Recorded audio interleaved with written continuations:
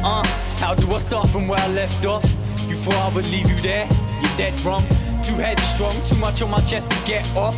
My very words like too tense, yet too headshot. Try rub out my... No one could ever... The Dalby Cafe, the greatest cafe in the whole of the world. Why? Because where else do you complete gutbuster breakfast with Pete Docky? Where else do you eat breakfast all the time? You rather pepper pig!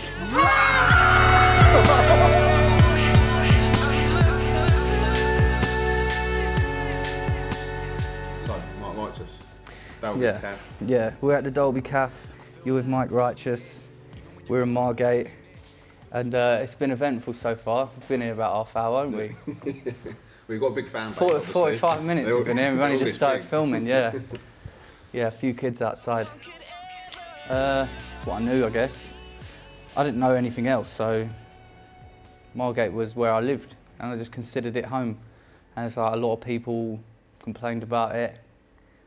I was always raised, I always kept my network quite small, and we all looked out for each other, and we shared common views, and we had like a common view of, like, you know, as gully as it can get sometimes, anywhere in the world, for that being, because like once I got the chance to get out of here and travel, started realising like everywhere's Margate.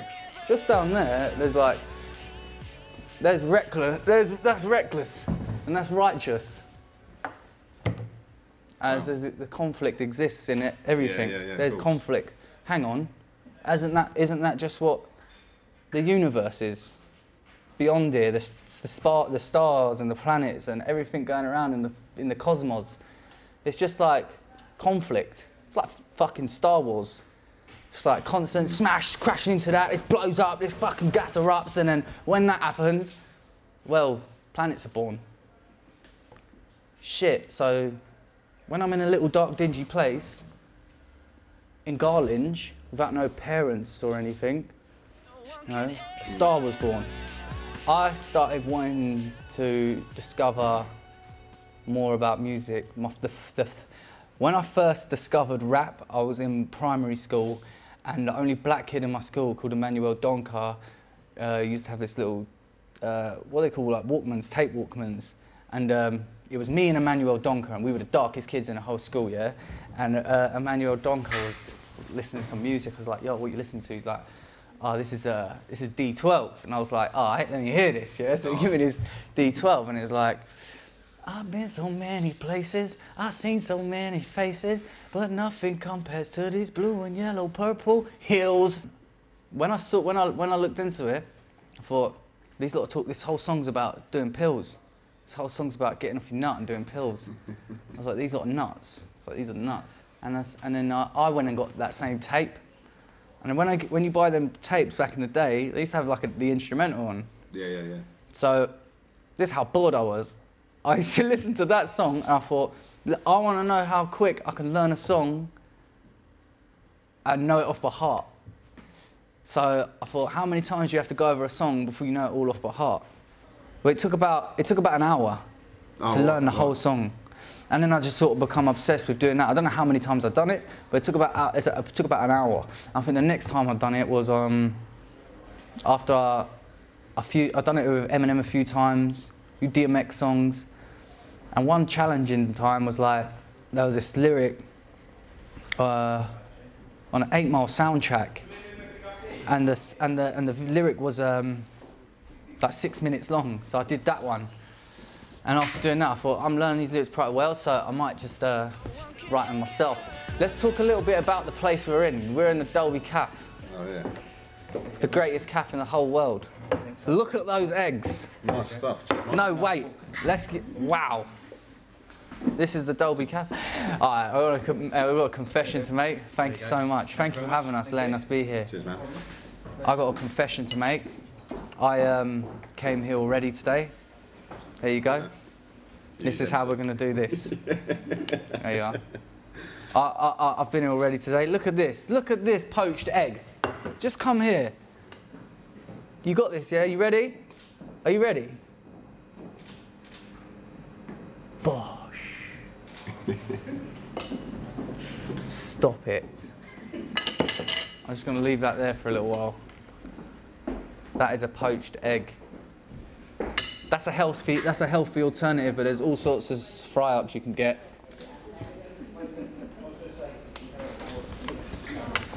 Nice, good choice. Definitely good choice. You got piercing blue eyes. Like, sort of like, they're a bit like a White Walker. Seen Game of Thrones? No. Do you know like the? You seen Game of Thrones? Anyone here seen Game of Thrones? What's the Night King? Yeah, the Night King. Yeah, he's got like his eyeballs. I've done an interview with the Night King of Game of Thrones. I'm there, mate. Especially when you drop the Dreamland album. Is that something you have planned already, or? Sort of, yeah. I'm not really good at organising stuff or planning stuff myself. Right. But then, yeah. But, you know, like I say, like, I'm not a marketing genius, but I'm a Margates Righteous genius. Like, I feel like I know what's best for me. But then, I can say that, like, I'm not saying no one tell me shit, because I know what I'm doing. I mean, like, I know what's best for me in terms of, like, who I listen to. Do you know what I mean? Yeah, yeah. And sometimes I've let people dictate what I do because of who they might be. And I think that's not what I should be doing. Because just because they know what's best for them, they might not know what's best for me. So then I end up doing what they do. And do you know what ends up happening? Things end up flopping. Shit. Things end up tanking. And then it's not a reflection on them, it's a reflection on me, because what happens is when it all goes tits up, you know, they can just sort of, whoa. Just like, you know what I mean? Was I ever here? But then, I guess like the plan isn't to make it flop. Like, everyone's got the best intentions, which is the other part of it. Because I'd like to, I don't know, man. I just think you got to, who knows? If I just give up today, then I'd never know what was going to happen with my career. I've dug this hole far too deep. I've got money in that. I'm going to invest in some stuff because I know, like, I need to. But in terms of, like, are you ever going to stop rapping, or are you still making rap music? I just wish people would stop asking me that, because, like, I'm always going to do it. Yeah. And the only time I'm not going to do it is when I'm dead. So just don't ask me, because unless I'm a zombie. Imagine if we got hit by a massive comet and it, like, just broke half the earth. Everyone would be like, fuck, what the fuck? What was we just all worrying about? Brexit? What? Oh, fucking hell. Yeah. I also think, like, who's really poor? Like, what is really poor? Because, like, poor for me, I still knew there was some food somewhere. Like, poor for me, I still had a fucking iPhone in my back pocket and 2 TVs in my house. And I was considered poor. If this was the 1950s and you was poor, like, you don't actually know if there was food in the house. Like, if there was actually food. Yeah, it's rations as well, isn't it? So. Yeah, shit's got better. I think it's weird how so many people complain. Yeah. I mean, obviously, like what you've mentioned about, like, in your music and stuff, it's been, you have to do some dodgy shit to get by. Yeah, a lot of people think like I'm just complaining all the time. Well, hopefully from this interview, they can see, like, I'm not about the complainers. Yeah. God's sake, man. We're in the Dalby Cafe. There's nothing to be sad about. It's decent choice, dude.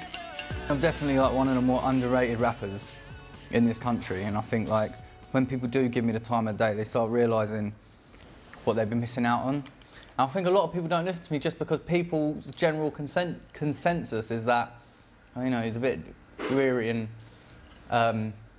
his lyrics a bit, like, about how shit his life is. And if you actually listen, there's some... It's not about... I think... It's about how you got there, isn't it?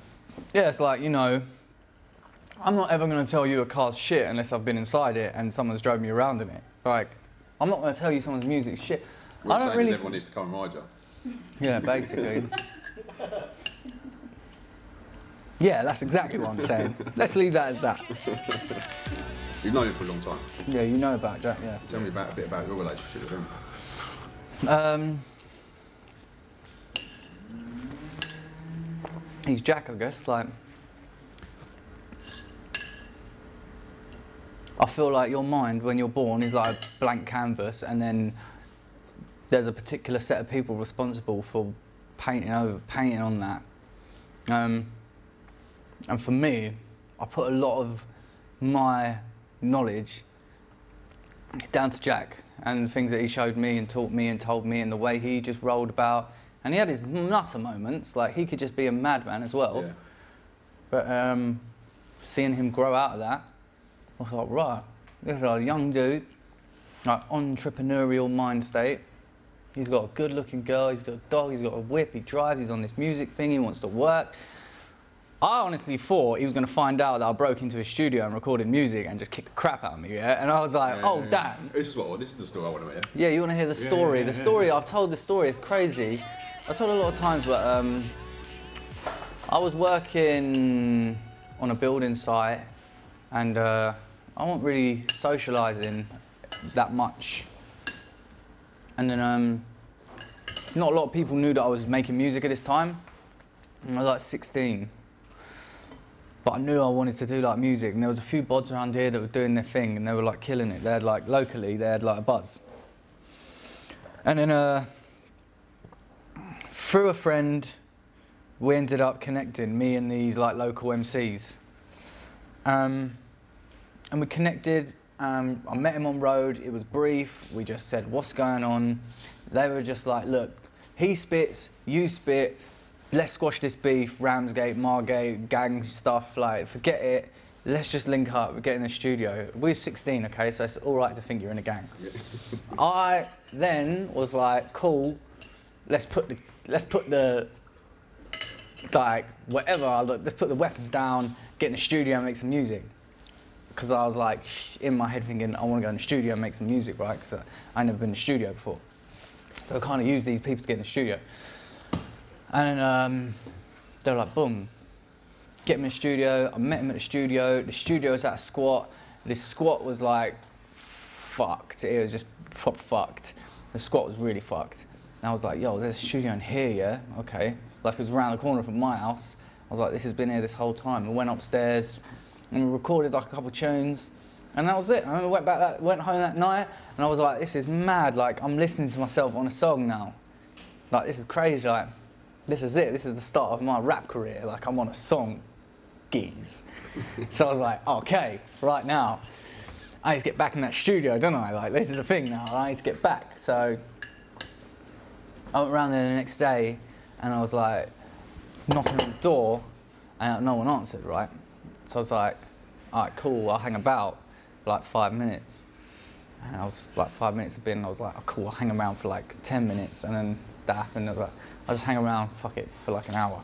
And I waited, and I came back, like banged on the door, I was like, no one's answering. I was like, I'll just go to the phone box, because the phone box was 20p back then, and I'll just try and phone this guy. And I went there, rung him, didn't answer. I was like, fuck, I'll go back and knock on the door, he didn't answer. Then I went all the way back to my house to try and fucking find 20p in between the sofa. Ended up finding it miraculously. I went back to the phone box, rung him, he didn't answer. Then I went back to the house, and I went, motherfucker, open the door, and I knocked on the door, and he opened the door, and I was like, what the fuck, bruv? Like, how long have you been in here?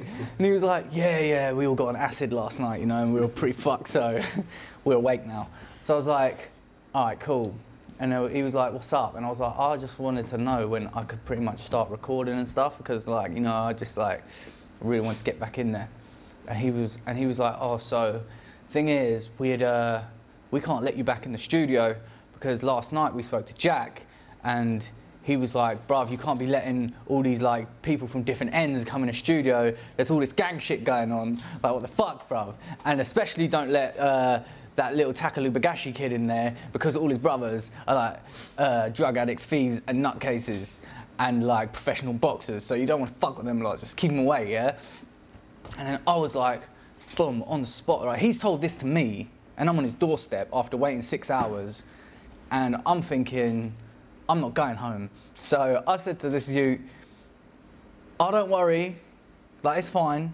I've actually spoke to Jack recently, yesterday, and he said that I can record here for nothing for 2 weeks. And I was just like elaborating, and this guy was like, okay, let's go. When do you want to start then? I was just like, all right, let's just go do it now, because if I'm in there and I'm in there for too long, they're gonna come in and start weighing me in. So I was like, all right, cool. So now I'm in this place and I'm thinking, I better write songs quick, because otherwise I can get weighed in. So I started just making songs.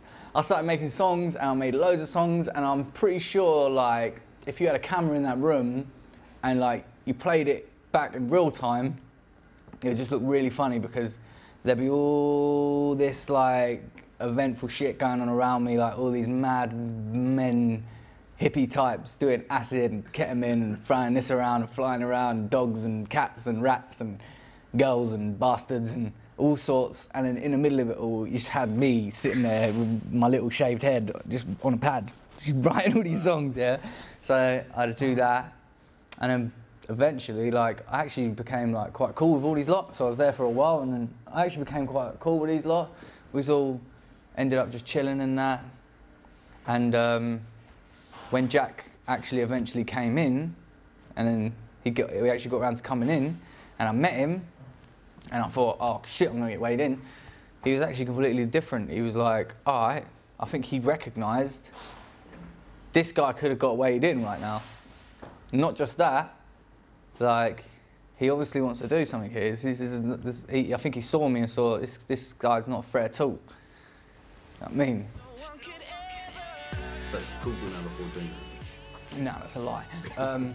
But, yeah, I think it is the best suiting title for it, really. Yeah, yeah. My debut album, Was that Yob Culture? No, my debut album was Dreamland. Everything else was a mixtape. Right. Like all the mixtapes, I put them out for free. And my plan was to like never put out an album until I had like a significant amount of followers. And yeah, I didn't want to put out an album unless I had a significant amount of followers. So during my life, I was writing all these cool songs. Like after Jack told me I was so shit and I needed to get better, I got better, and we was recording music. We was recording good music, and then during my life, I had like songs that I knew would resonate with people, but I didn't have enough people to send them out to at the moment. So what I needed to do was make some sort of mixtapes, put them out for free, build a fan base, get some freestyles out, and then I'll build up my like archive of music. And that's what I'll call my debut album. So this was a plan that was made from like the beginning. My whole career sort of revolved around my debut album. And then I always said to myself, my debut album needs to be a story then, a documentation. Because if I'm going to take this long about it and put this much preparation into it, I want to document it all. So that's what Dreamland is. It's a story from when I got into music, right up until where I made that album. Because I felt like a lot of cool stuff happened to me in that time that made me think, well, that's created me now. That's created this character up until this point. All of these like little incidents and events, this chain of events has created this character. In that sense, that's the basic premise for absolutely every story in the world. Yeah. So it's like a biography, isn't it? Yeah, but also it's like not just my story, it's everyone's story. It's your story, it's her story, it's his story, it's our story. Yeah. It's just not, you take away the specifics, and the underlining message is, this character's shit. He goes through shit. He gets better, and now he's not shit. It's pretty blunt, isn't it? Yeah, basically. Fucking new songs, man. I've got so much new music. You've got that collaboration with Libertines as well. Yeah, I don't even know what to say. Are you allowed to talk about it? Yeah, I got a tour coming up in Australia. Yeah. I got that's my album, my next one. Oh mate. And there's all the tunes off it there. Oh mate. Well, excited for that. This one's about breaking into people's houses.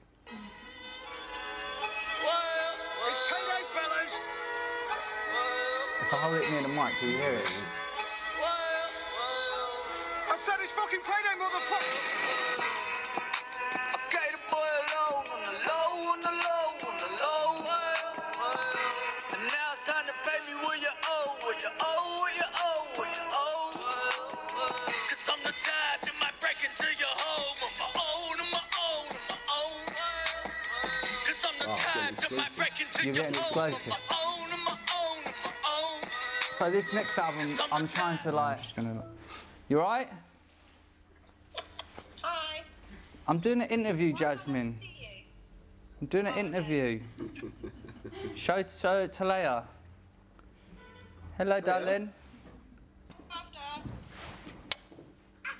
Ah. I love you, mate. Bye. Bye. And a family man as well. It's like it's trying to get everything in. Anyway, back to breaking into people's homes. I might break into your home on my own, on my own, on my own. Yeah, I'm the So yeah, like I'm saying, this is all gonna be like, this is a bit more now. It's a bit more me. It's a bit more fun. I'm scoping out your home with the drone. Out your dome with the crown. You can't just take your own and stop answering your phone. Nice, man. Yeah. When we expecting to hear this? When's Yeah, that all of that stuff. Boy, I wanna put it out. I'm not gonna put it out this year now. Like it was, I wanted it to come out this year, but then you know things happen. But then like everything that's happening, I'm putting it in the music. So like I'm not complaining because it's all just all of this stuff's just going in the music, and then songs are just getting better. I know I'm gonna do it. I know that it's happening. Yeah. I know people say, oh, it's not the fact that is it gonna happen. It's happening. And if it's happening, of course it's going to happen. The only thing that's going to stop it from happening is me. I'm the only thing that can stop it from happening. Give up. If I give up, if I go to jail, or if I die, or if I just decide I'm not going to do it, don't really want to, might happen. But at the moment it's not. So it's happening. And as long as it's happening, there's nothing anyone can do about it unless they kill me. Which I'm not saying do.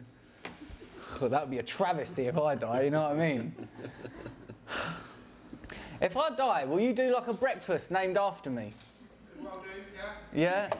I want to design it. It needs to have like... How about we do something for January or something like that? When you release your album, we'll do something together. For real? Yeah, we'll do like a big righteous breakfast. We'll do a big promotion. Did you hear that? You heard it here first, people.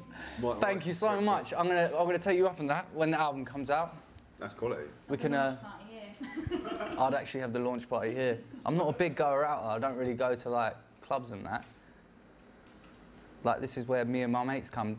Yeah, nice. We come to the cafe. We come to the Dalby Cafe. My mate's sat out there waiting for me now. He's so bored. He's chill, mate. He's an angry kid, mate.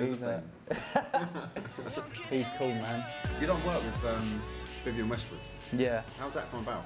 How do you guys get in contact with each other? Or? I didn't even know a thing about Vivienne Westwood. Like, I'm not really into clothes like that. Like, I don't really care. Like, if someone said, "Look at my Vivienne Westwood shirt," I'd be like, "Okay, look at my shirt. It's from George. It costs £5. Do you know what I mean? Yeah. Your shirt says Vivienne Westwood. Mine says George. What? Who's the idiot? You paid 40 for yours. I paid 5 for George. Like, it's still the same shirt. You know what I mean? And then, you know, you look into it, you read about people and you start falling in love with them. And I was like, this woman's like a legend. So, yeah, I was quite proud of the fact that I think originally she wanted Kate Tempest. Right. Because she's obviously like an amazing spoken word artist. And then I went to the march with her, I met her at the march. And then she was like quite encouraging of like my piece and that. My piece. She loved my piece, man. She's a fan of the piece. Yeah, she loved my piece. Vivienne Westwood was just swinging from my piece. How's that come about? You've got a big fan base. I thought, yeah. I've never been out there. I got family out there. I got friends out there. But my music, if you look at the statistics online and stuff,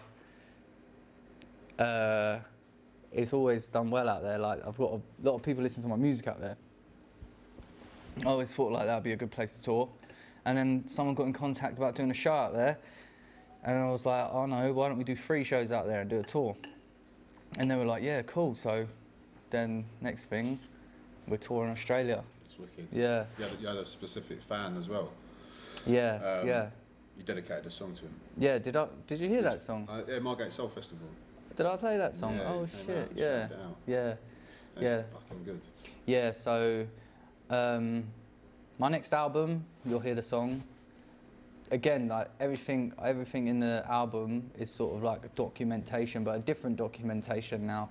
Like this is me putting it more in a musical sense, whereas on Dreamland everything was a lot more like on the nose. Like today I went out and told the story just exactly how it happened, but this time not only could I not tell the story for legal reasons, but I thought I need to start making music that people don't have to sit there and like focus on. You don't have to focus, you just have to, you can listen to it and still love the song. But if you actually focus on it as well, oh shit, this kid's actually saying something in this song that I just thought was just a chorus repeated over and over again. So yeah, so Corey Perez was a guy that supported my music who had cancer, who lived in Australia, who about a year ago, his missus messaged me on Facebook, and Jack was the one that read it to me, and I think at the time like I was going through a bit of mad shit, and like I was like doing some mad shit, and you'll hear that on my album as well. Like I've done a pretty lot of crazy shit. I could have ended up like killing people. People nearly died, and like I nearly died. I could have went to jail for like a long time, and that was all because like something had control of me and I didn't have control of it. And then I was sort of, after like this one big catastrophic event, I sort of like knew I had to do something with myself. And Corey was someone I spoke to like regularly, and we sort of hadn't spoke for a long time, and I knew his condition was getting bad, and I was on tour at the time, and I used to say we would talk, and I never got round to really speaking to him properly. And then after this like big catastrophic event happened, I was like, yeah, I need to speak to him. I think it'd be good to speak to him. And then that day I tried to message him. His missus told me that he died, so I was just like a bit fucked up about that. Yeah. But when I go to Australia, I was going to go out there and I was going to see his family and that, and spend some time with him and shit. Quality, man. Quality. But so that's a tour that's got a lot of heart going into this one. Yeah. Yeah, basically. And I got family on my dad's side that I've never seen as well, and like they're like my uncles and my aunties and my nan I've never seen, so I'm gonna go out there and see them as well. Quality, man. Yeah. Yeah, well, you know what I mean. And it's all that passion that goes into the music, and that's. My sister's like that. She's always told me to do that. Do you know what I mean? Mm. And I had this issue the other day. I was complaining about like a situation that I'm in musically. And I'm in a situation that I got in thinking it'd be the best for me, and I don't think it's been the best for me, but I know it can be if we all try hard. So I'm giving it a lot of faith, but I know I've got to be prepared after this. And I said to my sister, like, I'm happy that this is going on because this is just all going to make stuff for like the next thing. And then she said as well, you know, that's why you are where you are, because you always try and turn things into positives. I was like, yeah, it's true. And this is a whole outlook, like this is a whole thing about my like the next piece of music and like where I'm at in life and what I wanna recognise and what I wanna be about and what I wanna be remembered for is just like a peaceful man who had a lot of I don't know, like most of the people that end up to be regarded as some of the greatest people that were on earth all had like really didn't have great starts. Like Malcolm X, he didn't have a really great start. Like even Gandhi, like had a bit, like all these men, like Nelson Mandela, like these people had real troubled starts. Muhammad Ali, Mike Tyson, like some of the greatest people that ever walked this earth in my eyes. Michael Jackson, Kurt Cobain, you could name all of them. I mean, some of them they didn't end well, some of them didn't end happy, some of them are in a happy place. And then these are all great people that face great conflict that ended up becoming great people, and I feel like that's life. Life's just the battle, the cosmic battle of good and bad. We said it at the beginning, like it's the cosmic battle of good and bad. We are each of us are made of stardust. You are made of the same shit that is, and it's the same thing. That's going through the same cosmic battle. it breaks and explodes and I don't know what's going on up there, but it all comes together again. And planets, like, you know, pressure makes diamonds, and we're here. We're little diamonds. That's what we are, man. And I think it's good. Like, a lot of people. More valuable than diamonds. Yeah, exactly. Isn't it? Well, we are everything. You are everything. You are God, Buddha, Allah, whatever. You are it. I'm it. I saw on social media you put about sort of mental health. You're quite open about talking about things like that. Is that close to your heart, or is that close to people that you know? Yeah, I'm mental, and a lot of people I know are also mental. And I think we're not mental people. No. We're just mental sometimes. People are just mental. I think everyone can be mental. Mate, this is what I'm talking about. This is the battle. This is the conflict. Everyone has you that. think you're normal, but then you might have a... No, not that you think you're normal, but you know you have your days. We all have our days. If you got in my face and said, I've never had a bad day in my life, I'd be like, you're talking rubbish, bruv. You're talking absolutely rubbish. We have days, every single person, and that's the battle that I'm talking about right now. Like, that's the conflict, that's the good thing. Encourage the bad shit. Encourage it. It's good. It's actually more better for you than the stuff that's beneficial. I'm telling you. I'd rather be trapped in a hole for 48 hours trying to get out and then eventually get out than be at a party with 50 Cent. Yeah. Because being in that hole for 48 hours trying to get out is not as pleasant experience as being in a party with 50 Cent. But like, it's going to be more beneficial for my character because... Well, you achieved that way, didn't you? I got out of a massive 100-foot hole with nothing but my bare hands.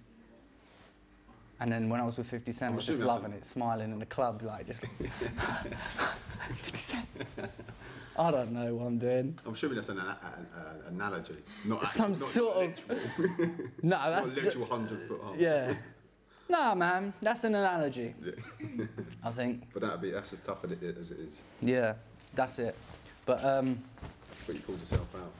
yeah, it's all good, man. So basically, I just recognise, I recognise a lot of why I'm like the way I am, and a lot of why we're like the way we are. Like I said, we're all just sort of blank canvases, and we're all sort of like when you get a computer, it's brand new, and then when you start watching porn on it. And other things like that, it's not brand new. It starts getting all corrupted and that. It's like, what the fuck's going on with this computer? Like, it's like, yeah, keys are all stuck together. It starts popping up with all this mad stuff. It starts trying to sell me Viagra. And then I'm like, what's going on? My computer's got issues. Yeah. If you raise a kid or a person and then you're in charge of that little human and you start fucking having mad fights with people in front of it and calling that, It becomes corrupt. It's going to start trying to sell you Viagra. Yeah. I'm done. Mike, been an absolute pleasure, man. Thank you. This is probably one of my favourite interviews I've ever done, man. Cheers. No, I appreciate that. Yeah. Well, You gonna get this bill? Yeah. Yeah, sweet. We got it. How do I start from where I left off? You thought I would leave you there? You're dead wrong. Too headstrong, too much on my chest to get off. My very words like too tech, too headshot. Try rub out my footprints, I can't.